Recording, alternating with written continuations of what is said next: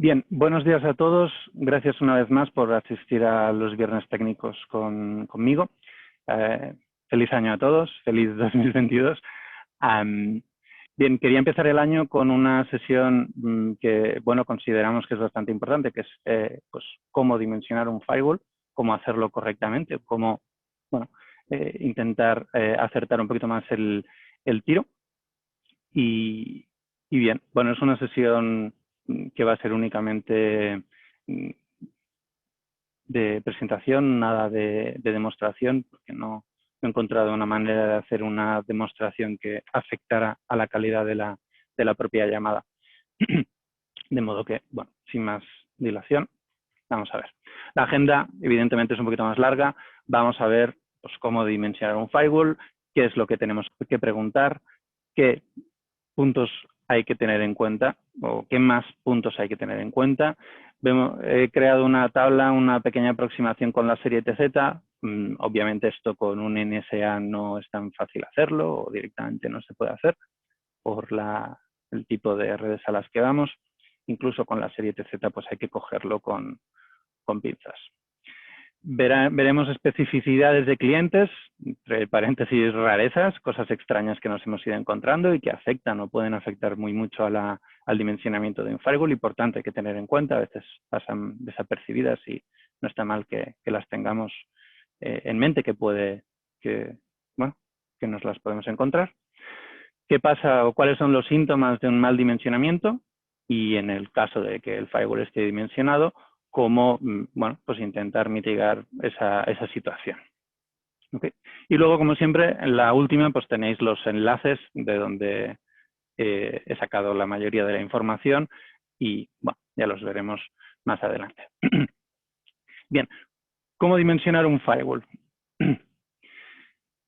Es obvio que dimensionar el firewall no va a ser sencillo. Es nuestro centro, nuestra cabeza pensante en la red, es quien probablemente enrute todo el tráfico de la red y de modo que un mal dimensionado puede afectar a la viabilidad de la red. Es decir, podemos poner un firewall y conseguir, entre comillas, que la red no funcione. No funcione pues porque el firewall no da de sí, no da todo lo que se esperaba o se ha dimensionado de manera incorrecta.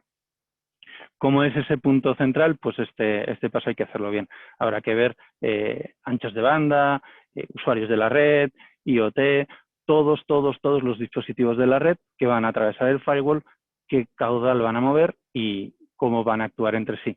También habrá que tener en cuenta pues, puntos, como vemos aquí en la imagen, aparecen los Sonic Wave, pues evidentemente habrá que tener en cuenta cuántos puntos de acceso queremos poner para no tener ese problema, aunque sería bastante tonto de poner un firewall que no soporte la cantidad de puntos de acceso que queremos poner. Pero bueno, podría pasar. ¿Qué datos deberíamos preguntar? Primero, ¿estamos sustituyendo un equipo existente? Tener esa información no es que nos dé la certeza de que vamos a acertar. Sin embargo, bueno, pues como he escrito aquí, ¿no? Nos coloca en una situación bastante cómoda, porque sabemos el punto de partida. Siempre que la red esté funcionando adecuadamente, pues bueno, sabemos que como mínimo esa va a ser la máquina y a partir de ahí, pues todo lo que vayamos hacia adelante debería funcionar. ¿Cuántos usuarios en las redes locales tenemos? Y cuando hablamos de usuarios no nos tenemos que centrar únicamente en usuarios / seres humanos, sino dispositivos. Cualquier dispositivo, IoT, impresoras, cámaras, absolutamente todo lo que esté generando tráfico en la red, todo eso, si el firewall lo va a ver, evidentemente, pues todo eso se tiene que tomar en cuenta y para hacer el dimensionado. El número de usuarios en las redes locales, y no solo la LAN, sino el resto de redes, nos dará una mejor imagen de cómo es la red. Obviamente, si son 10 usuarios, pues sabemos a dónde vamos. Si nos dicen que son 500, pues evidentemente el abanico de preguntas que viene después de la respuesta de que tengo 500 usuarios, pues también es mayor, ¿no? Luego, salidas a Internet y su caudal. Como sabéis, con SonyWall podemos utilizar todas las salidas a Internet que queramos para balancearlas o para enrutar tráfico, ya sea con routing estático o con SD-WAN. Entonces, la cantidad de salidas a Internet y su caudal es muy importante. Normalmente, por suerte o por desgracia, todo el mundo que se le pone un firewall, lo primero que hace es un test de velocidad. Entonces, si, digamos, hay poquitos usuarios y tienen mucho caudal, pues ese será nuestro problema, entre comillas. Nuestra toma de decisión va a ser, pues tenemos 2 líneas de 1 giga, pues el cliente quiere sí o sí 2 gigas, de alguna manera, pues tendremos que ir a un firewall que soporte 2 gigas. Y digamos que nos olvidamos de la cantidad de usuarios que tenemos porque tenemos poquitos usuarios. Si tenemos 500 usuarios, probablemente nuestro menor problema sean los 2 gigas de salida a Internet, sino que será el tráfico que generen esos 500 usuarios. Después, ofrecemos servicios exteriores. Servicios exteriores de páginas web. Es decir, tenemos un servidor web que contiene una página muy visitada a nivel mundial, pues evidentemente eso genera un número bastante grande de conexiones y eso habrá que tenerlo en cuenta pues prácticamente como si de otra especie de red se tratara para la gestión del mismo firewall. ¿Okay? También importante. En ese caso, cuando los servicios son muy utilizados, habría que de alguna manera sacar datos de esos servidores, de cuántas conexiones se reciben y de qué es lo que hacen esos usuarios al fin y al cabo para acceder a esas páginas web. ¿Sí? Ni que decir si esos servicios que ofrecemos exteriormente queremos hacer que el firewall cifre con el DPI SSL ese tráfico. Si no queremos que lo haga y queremos que se mantengan los servidores, será una cosa. Nosotros haremos una regla de routing, una regla de NAT, perdón, y una regla de firewall. Ese será nuestro trabajo. Pero si además tenemos que hacer el cifrado del tráfico, pues obviamente eso también hay que tenerlo en cuenta. De nuevo, caudales, conexiones y demás. Más cosas a tener en cuenta. Interfaces de red. Parece una obviedad, pero hay que tenerlo en cuenta. Quieren bocas a 40 gigas, a 10 gigas, a 5, a 2,5, a 100 gigas. Existen todas ellas en los productos en nuestros productos, de modo que, bueno, si el cliente nos está pidiendo 6 bocas a 10 gigas, pues sabemos que de partida podemos descartar todos los TZs y el NSA 2700 también, ¿sí? Entonces, bueno, habrá que ir ahí. Accesos remotos con clientes VPN. El firewall soporta túneles VPN de cliente, ya sabéis, para IPsec y para SSL. Tienen un número de usuarios, digamos, que vienen incluidos con el hierro cuando lo compráis y un número máximo de usuarios que se pueden licenciar. Esos usuarios, pues, tienen un tope, evidentemente, entonces no habrá que exceder de ese tope. Cuando tenemos un gran número de usuarios conectados por VPN, IPsec o SSL, esto puede perjudicar el rendimiento de la red. Esto lo hemos visto cuando nos fuimos todos a nuestras casas corriendo se nos dio acceso a los recursos de la red, o vosotros disteis acceso a vuestros clientes a los recursos de la red, visteis cómo los rendimientos de los firewalls caían. Y es porque el firewall sí, ok, soporta muchos usuarios, puede hacerlo, pero para un uso muy extensivo, digamos, de tráfico VPN, pues tenemos soluciones dedicadas que se van a comportar mejor. Nosotros no dimensionamos los firewalls en 2018 para soportar todos los usuarios de la red conectados con cliente VPN. Si queremos hacer eso, hay que tenerlo en cuenta. Se puede hacer, no hay ningún problema. Hay firewalls suficientemente grandes para soportar eso. En equipos pequeños, pues eso no se tuvo en cuenta, evidentemente, en su momento. Entonces, cuando hubo que ir a todo el mundo a túneles VPN de cliente, pues sufrimos este problema. Túneles VPN entre delegaciones. Así como los clientes VPN y IPsec o SSL se pueden incrementar los túneles VPN que se conectan. A nivel de licenciamiento, los túneles VPN entre delegaciones son los que son. Cuando veis la hoja de producto, nos dice 50, 100, 200, 2000, 6000, los que sean. Y esos no se pueden incrementar de ninguna manera. De modo que si tenemos normalmente estos cuellos de botella, se suelen ver con los TZs, Si tenemos un TZ que soporta 20 y vamos a necesitar 25, pues ahí ya sabemos que ese equipo no nos vale. Así es que habrá que tener eso en cuenta. De nuevo, también hay que tener en mente el rendimiento. Los firewalls, así como con cualquier otro tráfico que mueven, pues tienen una limitación de cantidad de megabits por segundo que es capaz de mover cuando está cifrando con VPG. Esto dependerá del nivel de cifrado, evidentemente, pero bueno, aparece en la hoja de producto un dato. En la misma hoja de producto, luego lo veremos, nos indica cuál es el rendimiento máximo de tráfico VPN y con qué cifrado se ha llegado a ese rendimiento. Si vosotros bajáis el cifrado o en la fase 2 decidís no cifrar el tráfico, pues evidentemente el rendimiento va a ser otro. Activación de servicios de seguridad. Los servicios de seguridad deberían estar activos, pero claramente el rendimiento de un firewall no es el mismo cuando el firewall tiene los servicios que cuando no los tiene activados. ¿Sí? Así es que, importante también. Continuación, ¿qué más tener en cuenta? DPI SSL. ¿Queremos activar el servicio de DPI SSL? DPI SSL lo que hace este servicio es un ataque de hombre en medio y se encarga de, digamos, descifrar todas las comunicaciones internas que van hacia el exterior pretendiendo ir por SSL o TLS. Al cliente le enseña un certificado, el firewall inicia una conexión hacia el destino, hacia Internet, y en medio el firewall tiene el tráfico sin cifrar, en plano.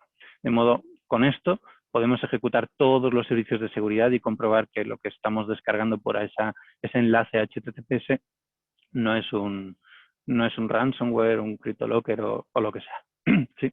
De modo que esto es un servicio bastante importante. Sin embargo, afecta mucho al rendimiento del equipo. Y veréis que tanto a nivel de conexiones como de rendimiento pues es importante. Si estamos pensando en ponerlo, ese dato será algo que tenemos que tener muy en cuenta.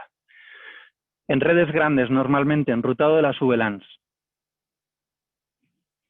Habitualmente los switches suelen ser los encargados de enrutar esas VLANs, pero podemos aplicar una capa más de seguridad o nuestra capa de seguridad con Gateway Antivirus, Anti-Spyware, IPS y todos los servicios de seguridad del firewall si nosotros nos encargamos de enrutar esas VLANs.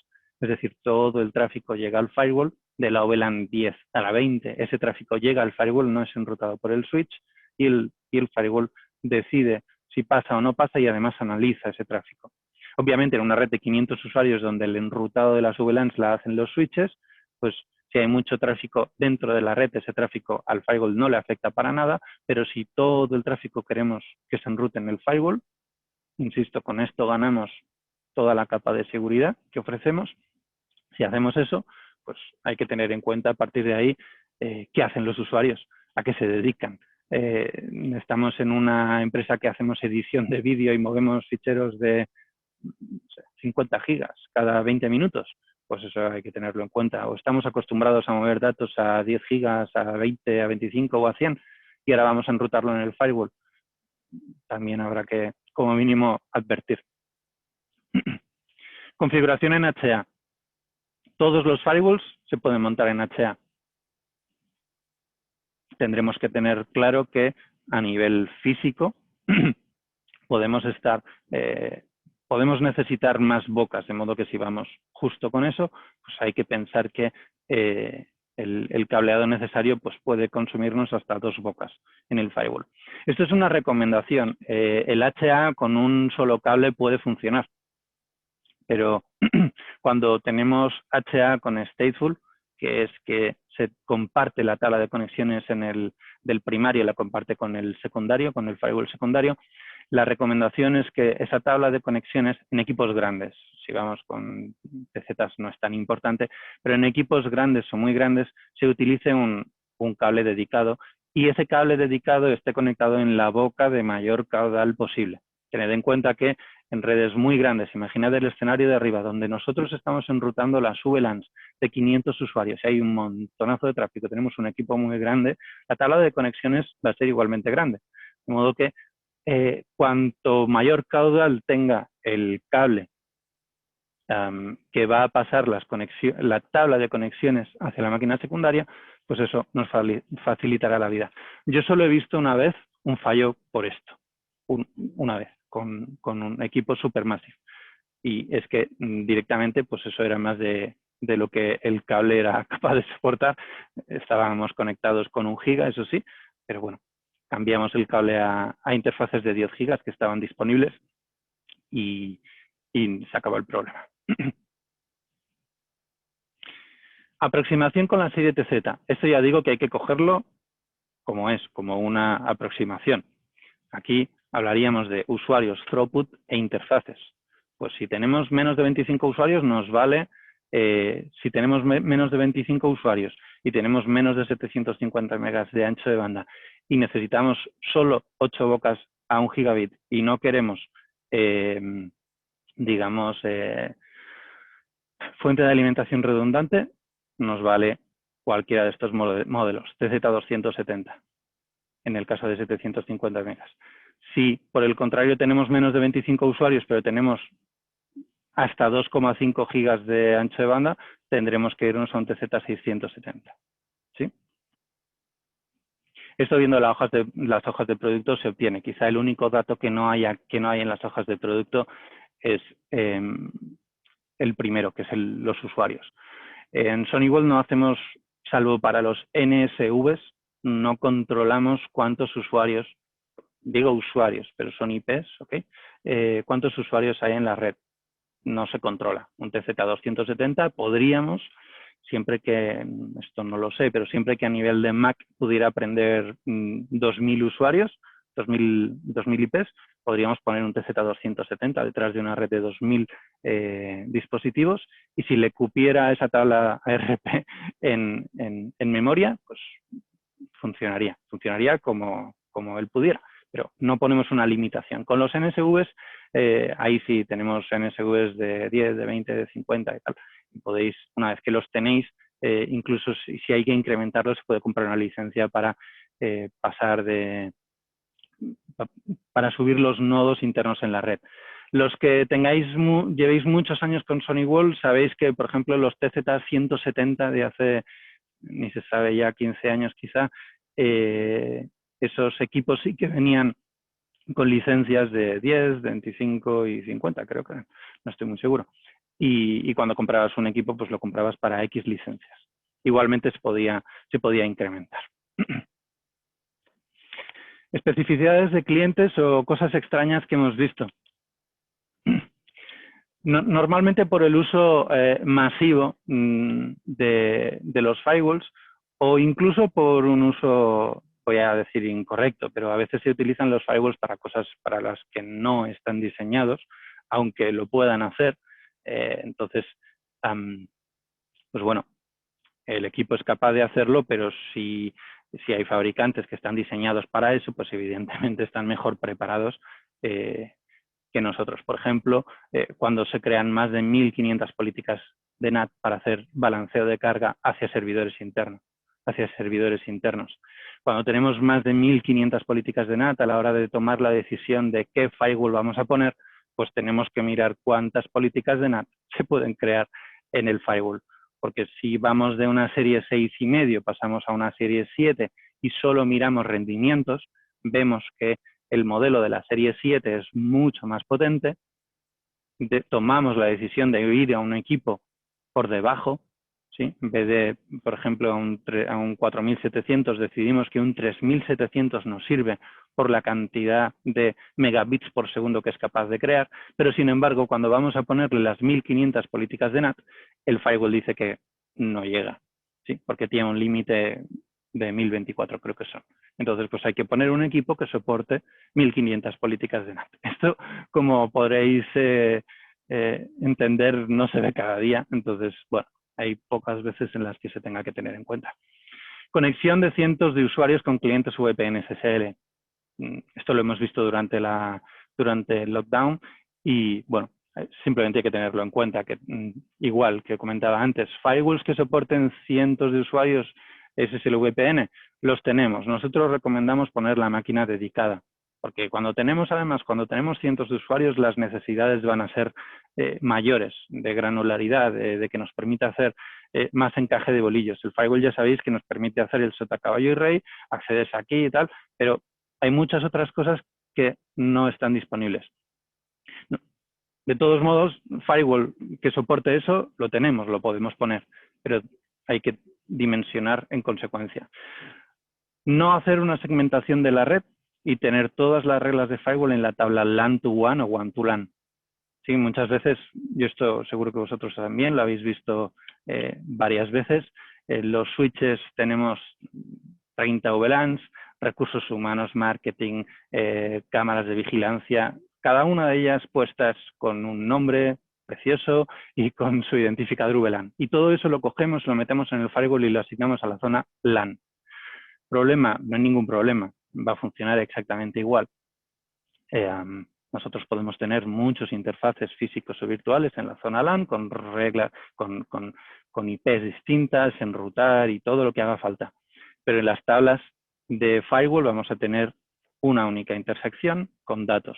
Esto era un problema anterior, ahora ya no existe este problema, pero bueno, simplemente sobre todo por el tema de la segmentación de la red y hacerlo más sencillo todo, me gusta mencionarlo. Anteriormente, en cada una de las intersecciones se podían crear un límite de reglas de firewall. Si el firewall soportaba 100.000 reglas de firewall, se decía, ok, son 100.000 reglas de firewall, pero repartidas en partes iguales en mis 30 zonas de seguridad que soy capaz de crear. De modo que de WAN hacia las 30 reglas, zonas internas, podía crear, haciendo la división, pues un número límite de reglas de firewall. Y alguna vez hemos visto clientes que llegaban al tope.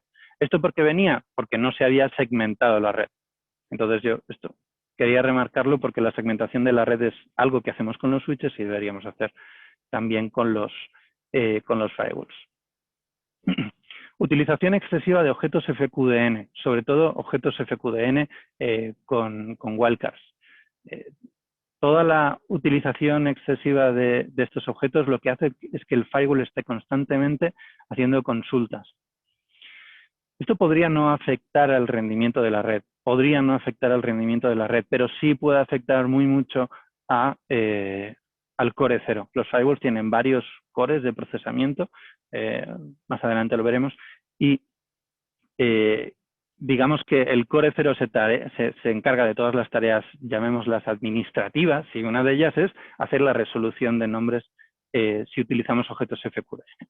De modo que, bueno, pues tener centenares de objetos FQDN es una mala idea. Hablo de centenares, tener 30, 40, 50, 100 incluso, no pasa nada.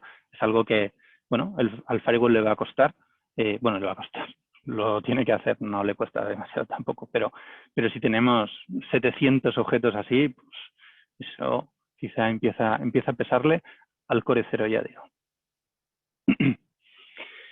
Bien, interpretación de la hoja de producto. En la hoja de producto, o las hojas de producto son todas iguales, ya sabéis. Estas son públicas, obviamente. Tenemos todos los datos aquí. Tenemos los datos de los interfaces, de qué interfaces tenemos en cada uno de los modelos.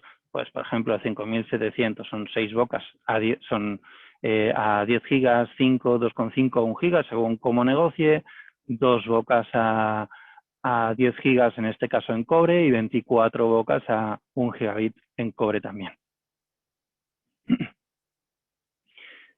De modo que, bueno, pues esto será un primer punto de toma de decisión. Luego tenemos los rendimientos. Cuando vais a las hojas de producto veis un montón de datos de rendimientos. Cada uno de ellos es obviamente de uno de los parámetros, ¿no? Pues Firewall Inspection, Anti-Malware, abajo tenemos las conexiones límites y demás. Todo esto habrá que tenerlo en cuenta. Luego veremos qué es cada cosa. Pero obviamente, pues, por ejemplo, si sabemos que vamos a poner DPI SSL, pues habrá que fijarse en la línea donde pone TLS SSL Inspection, ¿sí? Y ahí vemos que pues son 800, 850, 5 gigas, 7 gigas para el siguiente. Y por debajo tenemos los túneles VPN. En el caso de los túneles VPN, aquí no aparece el rendimiento está en la tabla de arriba, IPsec VPN Throughput, pero abajo vemos los túneles VPN que los dispositivos soportan levantados, el Side-to-Side Tunnels, VPN Tunnels.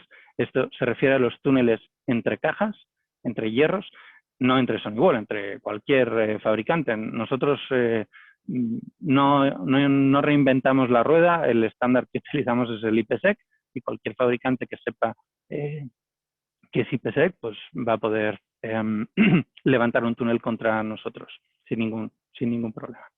Por debajo de esto tenemos los clientes VPN, IPsec y SSL. Sabemos que si necesitamos, ya digo, que poner muchos usuarios en firewalls, hay que tener muy claro lo que se está haciendo, pero suponiendo que quisiéramos 1500 clientes VPN IPsec, pues los dos primeros firewalls no nos valen porque solo soportan 1000. ¿Ok? Y lo mismo para los SSL. Los datos que hemos visto son iguales para todas las hojas de producto, son exactamente iguales todas. Solo hay que, pues, si vemos que nos hemos salido digamos, de la gráfica en la serie TZ, pues habrá que ir a los NSAs, y si nos salimos de la gráfica en los NSAs, habrá que ir a los NSSPs, que son los equipos más gordos. En concreto, para la primera parte donde vemos Firewall Inspection y demás, pues tenemos el Inspection Throughput. Esto es el rendimiento del firewall con los servicios de seguridad desactivados.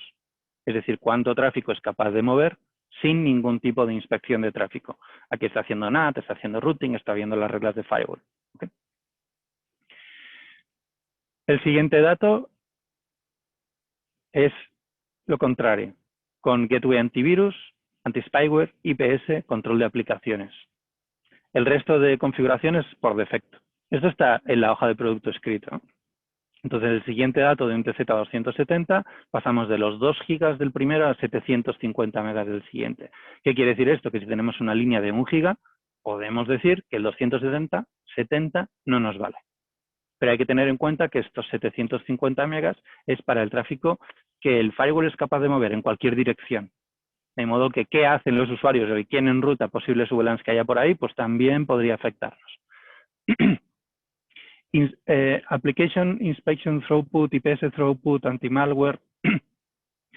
Aquí hacemos una separación y es, ok, si solo quieres hacer la inspección de aplicaciones, este es el rendimiento que tienes, lo mismo para IPS y lo mismo para Anti-Malware.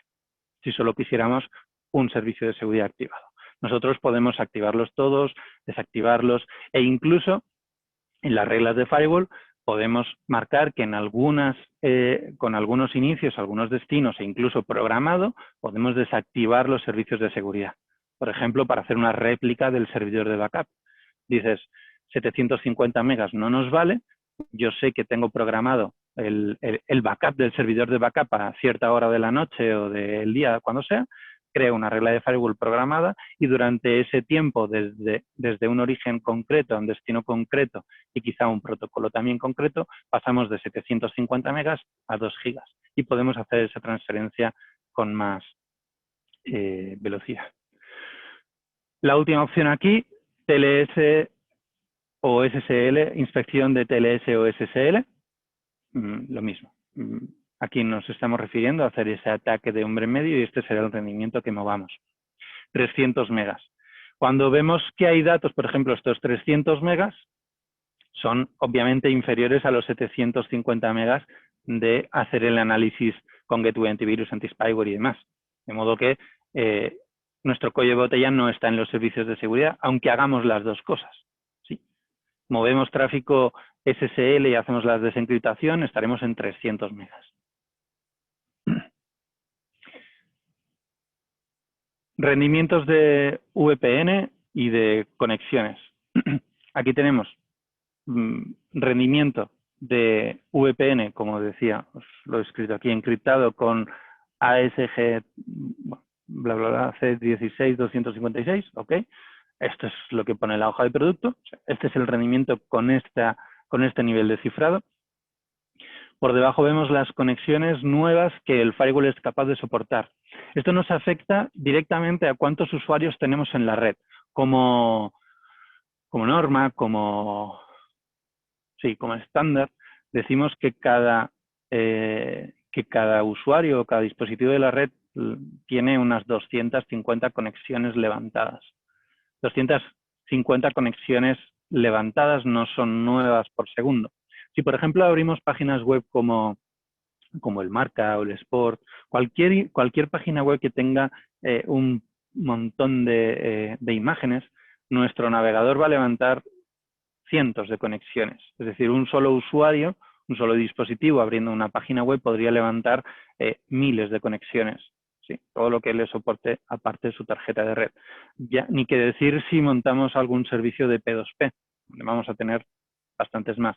Pero digamos que 100 usuarios accediendo al Marca a la vez o al Sport, digo estas dos porque sé que tienen muchas imágenes pequeñas, serían, si lo hicieran en el mismo segundo, serían más conexiones que las que un 270 es capaz de soportar. Bueno, ¿qué pasa cuando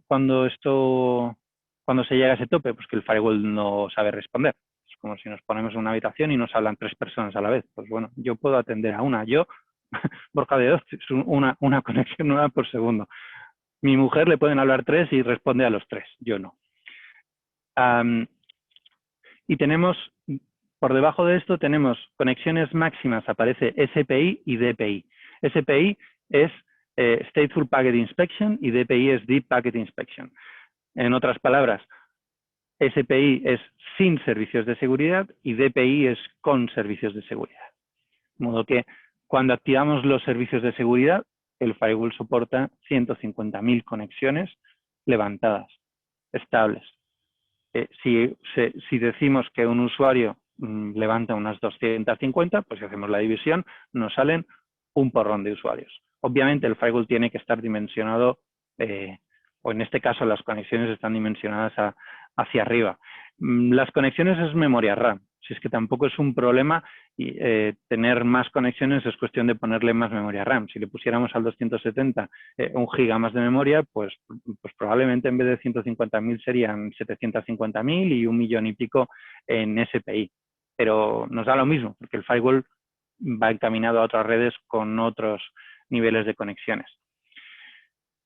Por último, tenemos las conexiones máximas para DPI SSL. Cuando activamos este servicio de seguridad, todo el tráfico cifrado que no se haya puesto como excepción está bajo digamos, bajo la línea de 25.000. Si levantamos más de 25.000, y ahí ya esto a nivel de configuración se puede decidir, podemos decidir que no se pueda levantar esa conexión cifrada o que se levante sin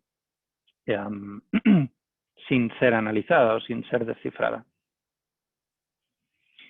En cuanto a los túneles VPN, site-to-site, entre delegaciones, esto, como he dicho, no se licencia, son las que son, 50, 100, 150, 200 o 250, y los VPN IPsec o SSL, aquí sí que tenemos, fuera del paréntesis son los que vienen cuando compramos el hierro, en el caso de la serie TZ, pues 555, 10 y 10, y entre paréntesis es el número máximo de licencias que podemos poner. Podemos poner un paquete de 200 licencias en un 270.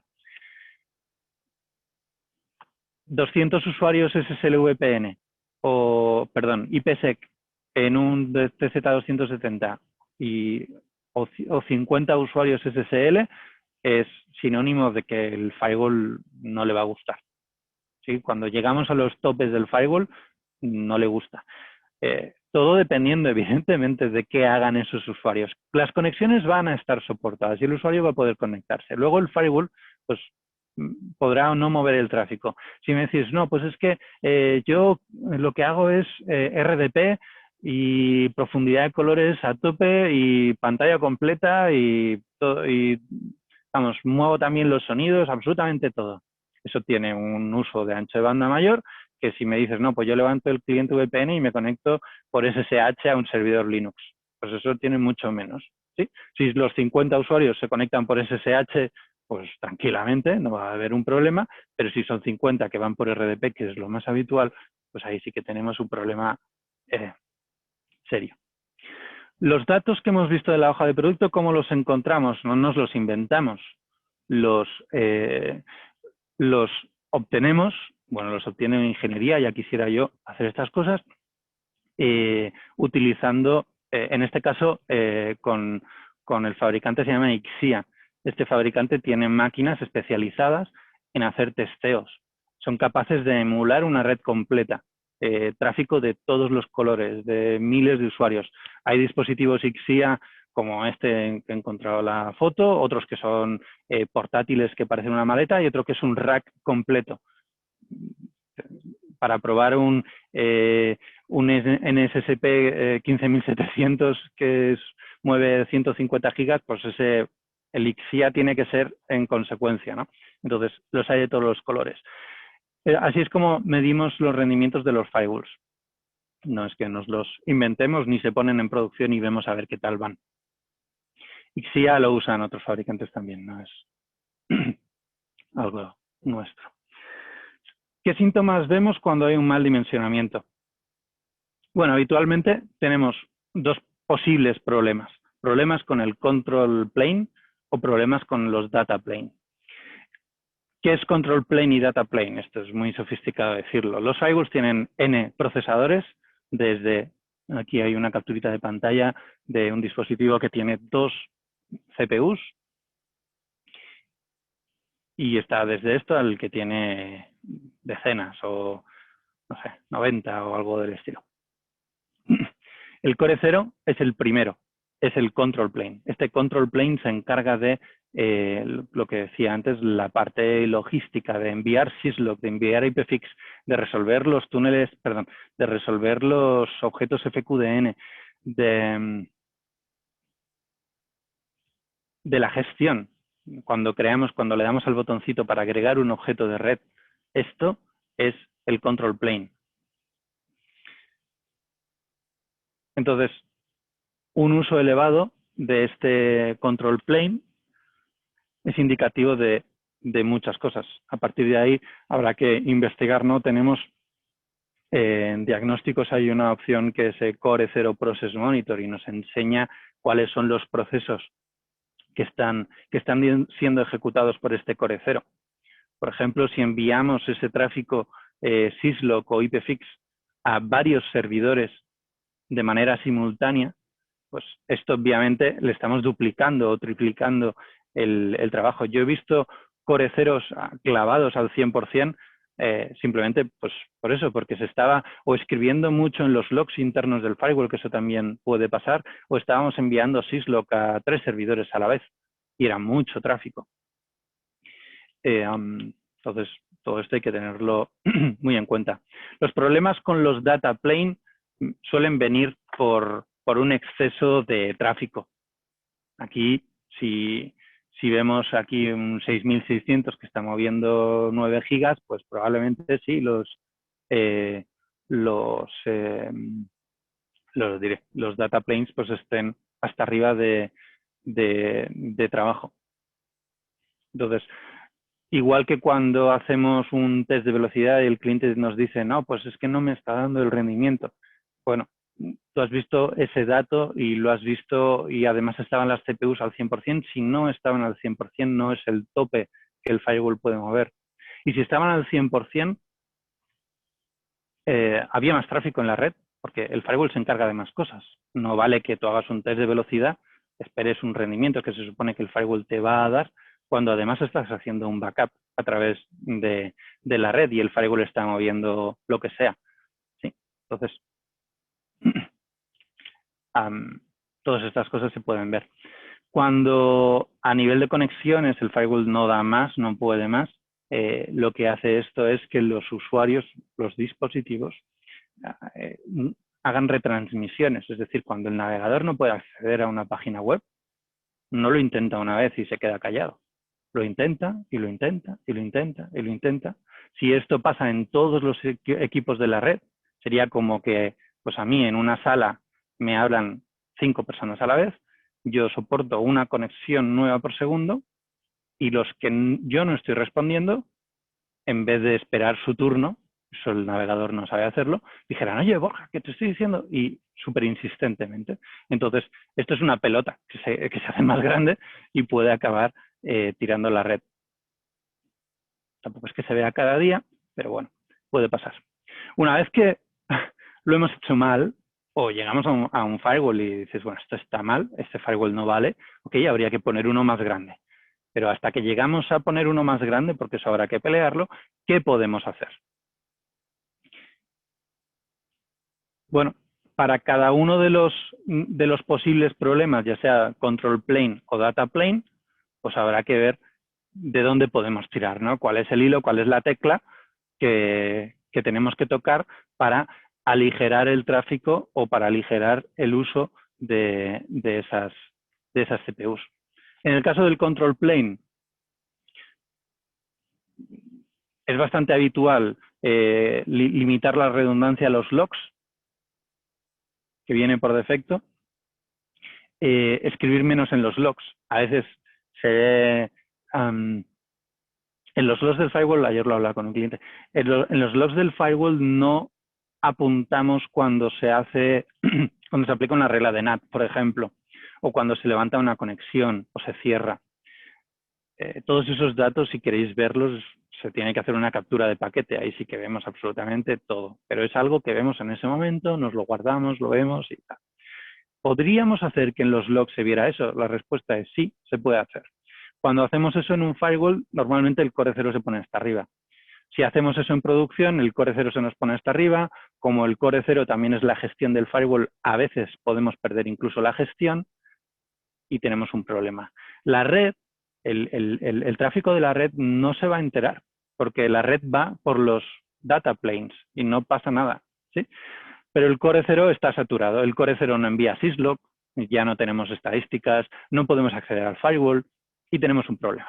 Entonces, bueno, cuando pasan cosas de este estilo, pues muchas veces pasa por desconectar algún cable e ir corriendo a la opción donde que se tocó, que no se tendría que haber tocado y desactivarla. El core 0 también, arreglar cualquier problema que tengamos con VPN, reducir la cantidad de logs también para IKE versión 2 y deshabilitar cualquier túnel que no se utilice. También deshabilitar o mejor, deshabilitar no, eliminar, porque no se pueden deshabilitar, las políticas de NAT que no se estén utilizando. Esto está en las mejores prácticas, siempre se ha dicho. Las políticas de NAT que no se usen, borradas, no deshabilitadas, borradas. Detener las capturas de paquetes. Una captura de paquetes consume tráfico, consume ciclos de CPU del core 0 y eso es importante tenerlo en cuenta siempre cuando estamos muy hasta arriba de tráfico, claro. Configurar los logs para eliminar la escritura de datos innecesarios, los que sean innecesarios para nosotros, obviamente. Deshabilitar el app flow al colector local, a no ser que sea crítico para nosotros. Habilitar y deshabilitar el app flow implica reiniciar la máquina. ¿Okay? Aquí ya estamos en plan bomberos. El equipo no funciona o no funciona bien, vamos a ver qué podemos hacer. ¿Okay? Así es que para este cambio en concreto hay que reiniciar la máquina y hay que reiniciar la máquina porque al activar este servicio el firewall hace una reserva de memoria RAM. Entonces, lo que hacemos con esto es darle más memoria. Comprobar que el firewall puede resolver todos los objetos FQDN y los que no se pueden resolver o los que no se utilicen, borrarlos. Limitar o no utilizar los FQDNs que utilicen wildcards también. Si tenemos activado, hay una opción donde en los logs podemos marcar la resolución de nombres de IPs. Aquí la recomendación es, bueno, usar un servidor interno, eso punto número 1, y en el mejor de los casos desactivarlo. Si tenemos single sign-on activado en la red, configurar las excepciones correctamente. Todos los objetos de la red interna que no se tengan que autenticar con single sign-on deben estar exentos. Si no, lo que hace el firewall es intentar autenticarlos. ¿Y quién intenta hacer eso? Core 0. De modo que, bueno, pues hay que poner las excepciones bien. En el caso del data plane, es un poco distinto. En el caso del data plane, la única opción que tenemos es quitarle trabajo al firewall. ¿Cómo podemos hacer esto?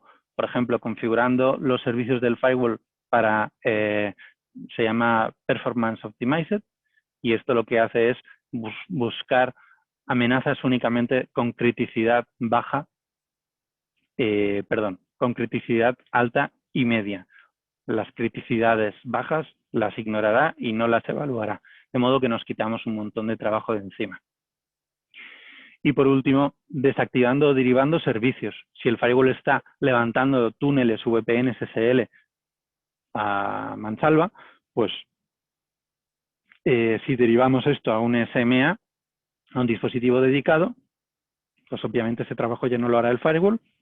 Después el SMA, que actúa, entre comillas, como un router y decide y se lo pasaría al firewall. Luego el firewall, el tráfico, digamos, de routing, de NAT, de reglas de firewall, va a ser perfectamente capaz de hacerlo. Lo que le pesa aquí al firewall es todo el cifrado y descifrado. Utilizar un email security o un hosted email security si estamos utilizando el firewall como anti-spam con el servicio comprehensive anti-spam. Es decir, quitarle trabajo al firewall. Sí. Estas son las opciones, lamentablemente tampoco hay muchas más. Por último, os he puesto una lista de enlaces útiles. Aquí, bueno, los típicos, estos son las hojas de producto de la serie TZ, la serie NSA, los NSVs.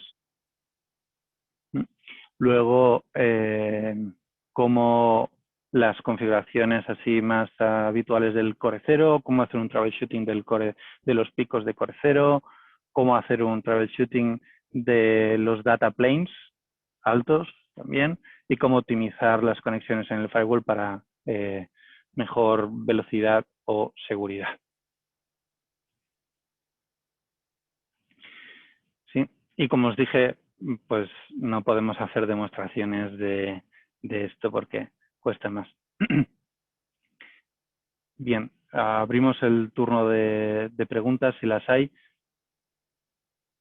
Y gracias a todos por asistir.